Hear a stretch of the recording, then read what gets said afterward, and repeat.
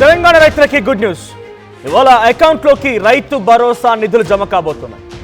వానాకాలం సీజన్ పెట్టుబడి సహాయానికి గాను ఈ రోజు సాయంత్రం 4 గంటలకి శిల్పకళా వేదికలో ముఖ్యమంత్రి రేవంత్ రెడ్డి ఒక ప్రోగ్రామ్ను ఆర్గనైజ్ చేశారు. అక్కడి నుంచే రైతుల ఖాతాల్లోకి డబ్బులు రిలీజ్ చేయబోతున్నారు. ఎకరాకి 6,000 రూపాయల చొప్పున రైతుల ఖాతాలో జమ కాబోతున్నాయి. అయితే తొలి విడతలో భాగంగా కేవలం 2 ఎకరాల లోపు ఉన్న వారికి మాత్రమే, అంటే 2 ఎకరాల లోపు ఉన్నటువంటి భూమి ఉన్న రైతులకు వారికి మాత్రమే 41,37,000 మంది రైతులకి 2,482 కోట్ల రూపాయలు రిలీజ్ కాబోతున్నాయి. దశల వారీగా మొత్తం 73,32,000 మంది రైతులకి ఈ డబ్బులు రిలీజ్ కాబోతున్నాయి. ఇక 1.5 ఎకరాలకి మొత్తం 9,000 కోట్ల రూపాయలని చెల్లించబోతోంది కాంగ్రెస్ ప్రభుత్వం.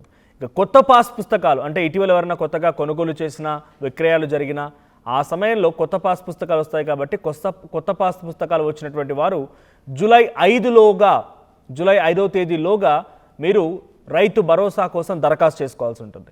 సో ఇప్పుడు ఈరోజు సాయంత్రం 4 గంటలకి వర్షాకాలం సీజన్కి గాను ఇప్పుడు పెట్టుబడి సహాయాన్ని అందించడం కోసం ముఖ్యమంత్రి రేవంత్ రెడ్డి రైతు భరోసా నిధులను విడుదల చేయబోతున్నారు. సాయంత్రం 4 గంటలకి హైదరాబాద్ శిల్పకళా వేదికలో ఒక ప్రోగ్రాం ఆర్గనైజ్ చేశారు. ఆ ప్రోగ్రాం వేదిక నుంచే ఈరోజు వాటిని రిలీజ్ చేయబోతున్నారు. అయితే మొదట 2 ఎకరాల వారికి మాత్రమే, ఎంతమంది ఉన్నారు 2 ఎకరాల వారు అంటే సుమారుగా 47 లక్షల మంది 2 ఎకరాల లోపు ఉన్నటువంటి భూమి ఉన్న రైతులు ఉన్నారు.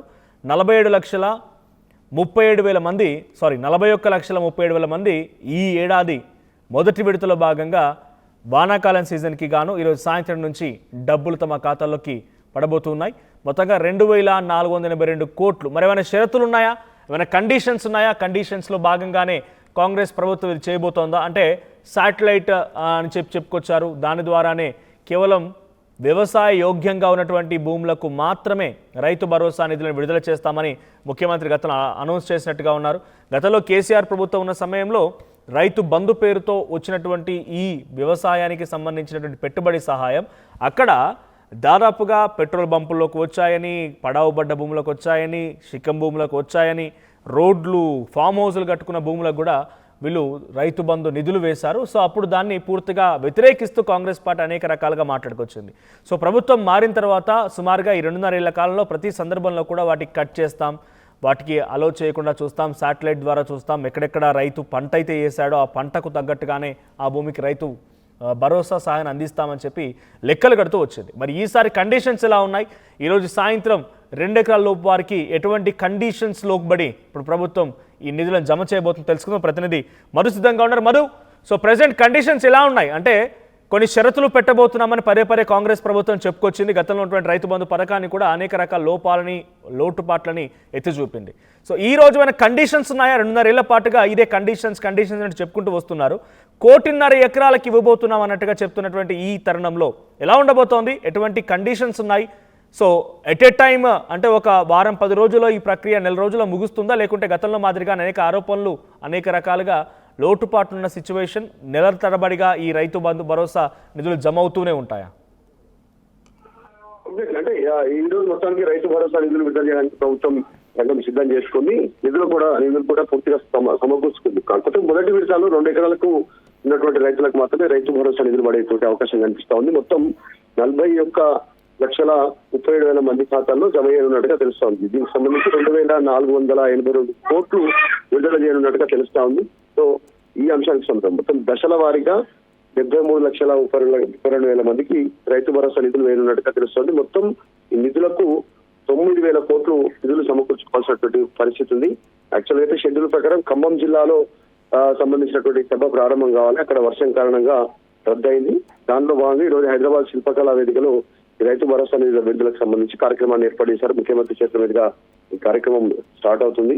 ఈ కార్యక్రమంలో ఈ 5,000 మంది రైతులను మొబిలైజ్ చేశారు. వాళ్ళందరూ కూడా ఈ సమావేశానికి తీసుకొస్తా ఉన్నారు. వారి సమక్షంలో ముఖ్యమంత్రి స్పీచ్, అక్కడి నుంచి నిధుల విడుదల ఉన్నట్టుగా తెలుస్తా ఉంది. సాయంత్రం వరకు వారి అకౌంట్లో డబ్బులు పడేలాగా ప్రభుత్వం సిద్ధమవుతా ఉంది. మొత్తం 9 రోజుల్లోనే 9,000 కోట్లను బదిలీ చేయాలి. మొదటి విడత కింద 2,000 కోట్లకు పైగా అమౌంట్ ని విడతల వారీగా మొత్తం 9 విడతల్లో 9,000 కోట్లు విడుదల చేయాలనేటువంటి ప్రభుత్వం సమాయత్తం అవుతా ఉంది. ప్రతిపక్షాల నుంచి, రైతుల నుంచి వస్తున్నటువంటి ఆగ్రహం కారణంగా దీనిపైన ప్రభుత్వం వెంటనే నిర్ణయం తీసుకుంటుంది. మరి ఇంకా కాస్త డిలే అయితే జనాల లోపల తీవ్రమైనటువంటి అసంతృప్తి, వ్యతిరేకత వచ్చే అవకాశం ఉంది. ముఖ్యంగా రైతాంగం నుంచి అనేటువంటిది ప్రభుత్వానికి నివేదిక అందడం, తర్వాత దీన్ని దశల వారీగా ఫిల్టర్ చేసేటువంటి విధానం పైన ప్రభుత్వం దృష్టి పెట్టడం. అంటే ఫ్యూచర్ లో 3 ఎకరాలు కానీ 5 ఎకరాలు కానీ 7 ఎకరాలు కానీ దీన్ని స్ట్రీమ్ లైన్ చేయాలనేటువంటి ఒక ఆలోచన చేస్తా ఉంది.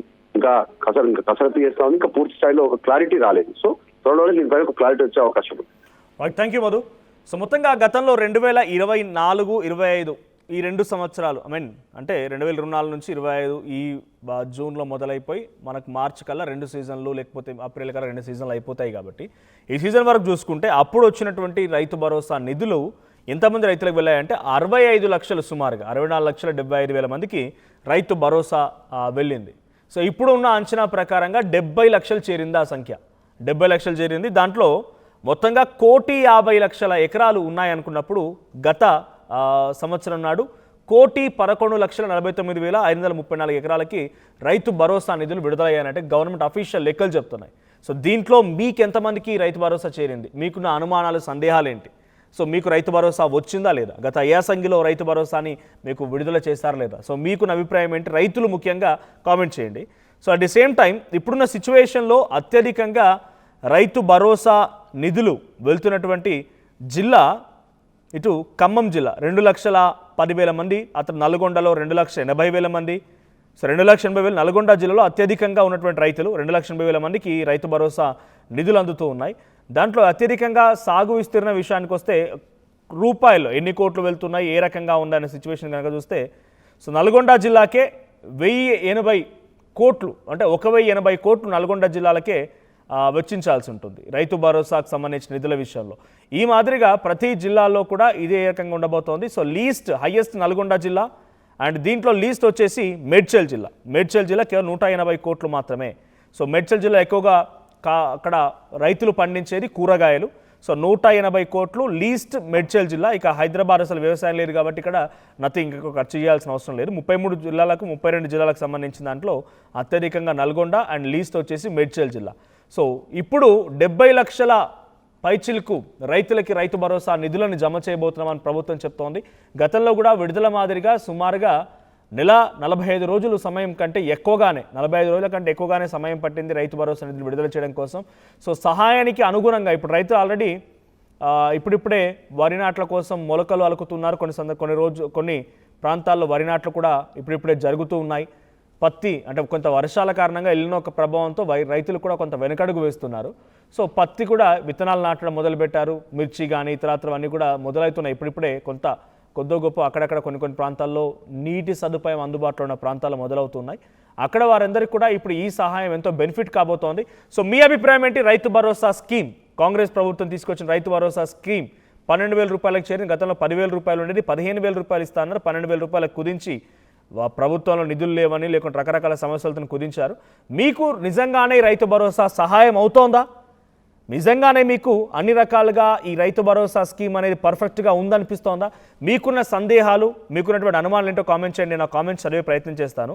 సో చాలామంది కూడా రైతు భరోసా అనగానే కొంతమందికి వస్తుందని, కొంతమందికి రావట్లేదని, లేకపోతే అని అనుకున్న సమయంలో రావట్లేదని, గతంలో అయితే ఈ ప్రభుత్వం వచ్చిన తర్వాత 2.5 ఏళ్ల కాలంగా ఆలస్యం అవుతుందని రకరకాలుగా చెప్పుకొచ్చారు. సో రైతులుగా మీకున్నటువంటి సమస్యలు ఏంటి? At the same time Congress party ప్రభుత్వం రైతు పక్షపాతి ప్రభుత్వంగా, రైతుల పట్ల ప్రేమ ఉన్నటువంటి ప్రభుత్వంగా వ్యవహరిస్తోందా? మీ అభిప్రాయాన్ని కామెంట్ చేయండి.